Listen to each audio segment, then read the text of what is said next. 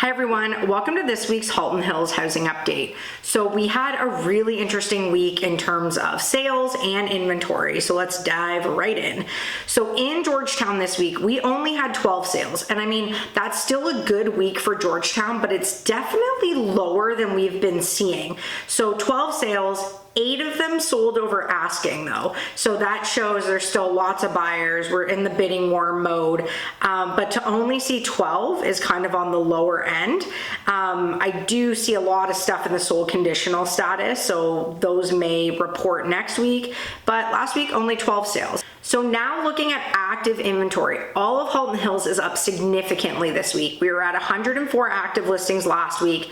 This week we are up to 120 active listings. The last time we saw numbers this high in the 120 mark was the end of December. So all year we have not seen our inventory levels at 120. We had a couple weeks where it dropped under that 100 mark. So to be at 120 this week is really interesting. The next few weeks are really going to tell us where this is going to go. If we keep seeing this rise, it's going to be a sign that our market in the coming months should be slowing down or softening a bit if we can keep seeing the amount of houses we saw last week coming up.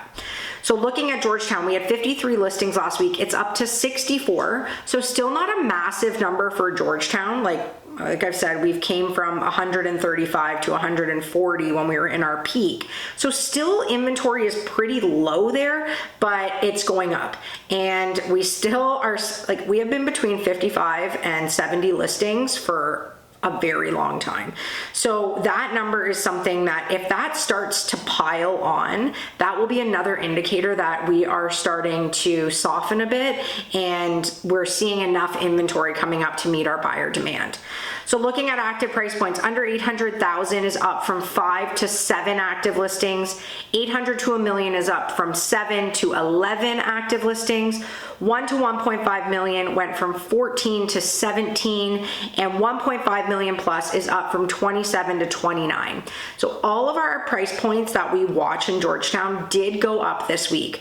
Again, still very low numbers in comparison to that peak market that we saw last July. So the numbers are up, but they're still very low. It's just really interesting to watch the numbers when it feels like, okay, this is the kind of week that if we keep up this trend, it's going to change the market. So looking at Acton this week, it remained the same at 18 active listings, but because of the sales we saw and then the new listings that came up in the higher price points, it actually shifted, and half of the properties available in Acton are now over that $1 million mark. I mean, that price point was not moving in Acton at all. So to see 9 properties of the 18 available over $1 million, it's going to be interesting to see if those things start to move because of Georgetown's low inventory. Glen Williams remained the same at 5. Limehouse is up slightly to 3 from 2. And the rural market took a jump from 26 to 30. So we officially broke that 30 mark for the rural market. This is just an interesting week in the sense that we were feeling such low inventory and there was really never like a massive spike. We were seeing things sort of go up and down, but never like a crazy spike.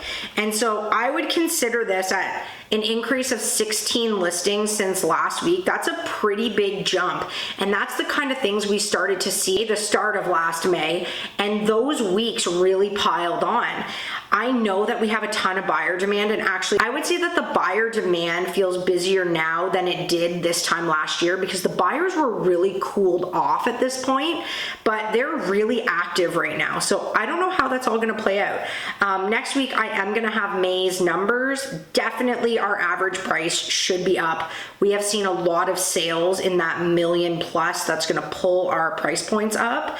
But still just week to week, I don't know where this is going to go, but this could be the start of, you know, the softening with how much inventory we saw come up and the shift in those numbers. So I will be back next week with May's numbers. Have a great week, everyone.